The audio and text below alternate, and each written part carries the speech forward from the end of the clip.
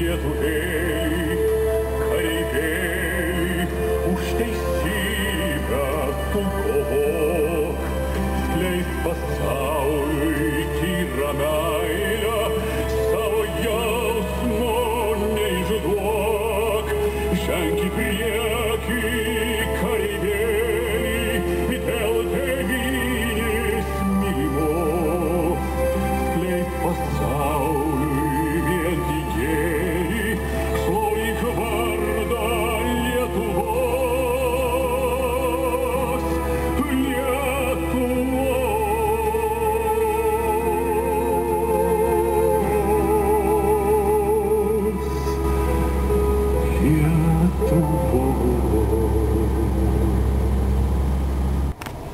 Pabandykime suvokti, koks yra svarbus žmogaus susivokimo ir jautimo faktorius kasdieninėme gyvenime.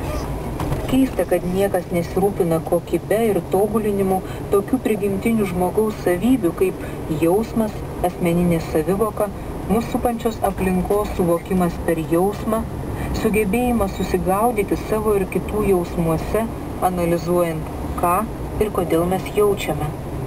Mokyklose mokydami tam tikrų praeityje žmonių išrastų ir suvoktų dalykų, mokytojai siekia, kad užaugę mes gerai jaustumės visuomenėje. Aukštosiuose ir profesinio mokymo įstaigose dėstytojai siekia, kad įgyję kokios nors srities specialybės žinių aprūpintume savo gyvenimą. Taigi įvairių mokslų mokytojai taip ilgai kemša mums į galvą savo dėstomų dalykų žinias, kad pradėję savarankiškai gyventi, mes labai ilgai nesuvokiame, kam mes apskritai gyvename. Kaip bebūtų keista, dažnai mes blogai jaučiamės tik dėl to, kad nesugebame savo paaiškinti savo blogos savijautos priežasties.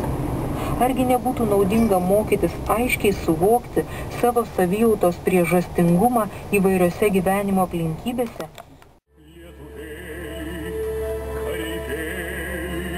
Už teisybę tu kovok, skleisk pasauliui tyrą meilę.